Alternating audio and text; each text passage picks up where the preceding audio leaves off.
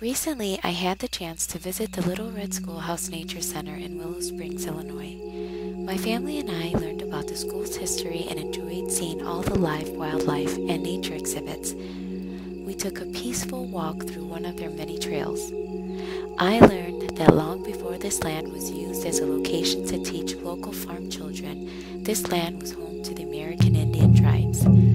They lived in small wigwams which they made from a variety of natural materials. They used flexible saplings of sassafras and sweet birch to build their frames. Cattails were woven as mats and used to cover the frames. They covered the frames with deer and buffalo hides to stay warm and dry. The early 1800s marked the beginning of Euro-American settlement. This settlement brought peace through trade, but it also brought many wars about territory. Due to the increase in new settlement, the Indians were forced to leave their land and head west to an unknown territory.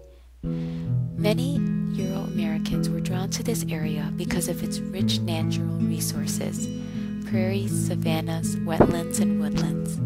Here they built small farms.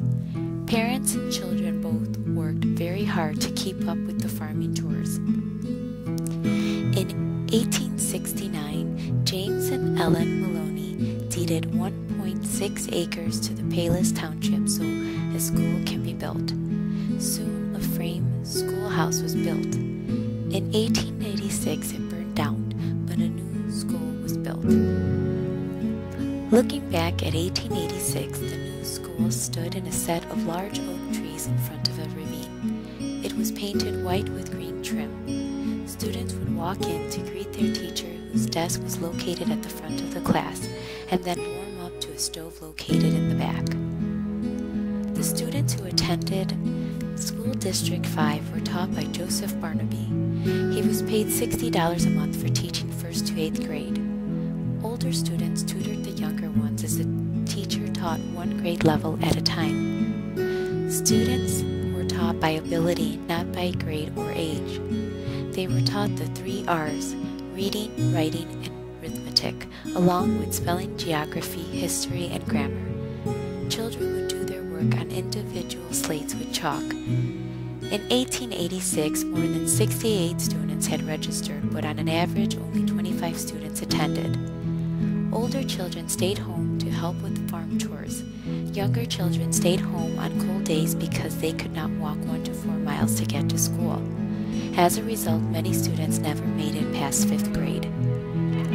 Looking back, students can remember playing schoolyard games, walking through the trails with their teacher while learning about the wildlife and nature around them. In 1915, the Forest Preserve District of Cook County was formed and set out to establish a great natural park. They acquired many farms near the schoolhouse. As a result, the number of students declined. In 1938, the school was moved from 99th Street to a new location on 104th Avenue. In 1948, only 2 students graduated, and a decision was made to close the school. The Forest Preserve District bought the building and the original 1.6 acres. They restored and converted the schoolhouse into a nature center. To give it a real schoolhouse appearance, they painted the outside red and added a belfry. In 1955, the Little Red Schoolhouse Nature Center was open to the public. Today, we can walk the same trails as the students who attended District 5. We can enter the same building and look upon the same walls as the teachers who taught at the school. The Little Red Schoolhouse Nature Center is home to native animals like birds, amphibians, reptiles, and birds of prey. Now you are given a chance to encounter animals up close and develop a better appreciation for our native wildlife by listening to the sound of a crow's call, seeing an owl in the daylight, or snapping turtle eat its prey, feeling a snake's skin, and learning about bees and their huge importance in our lives. There are many things for the children to do there that are educational.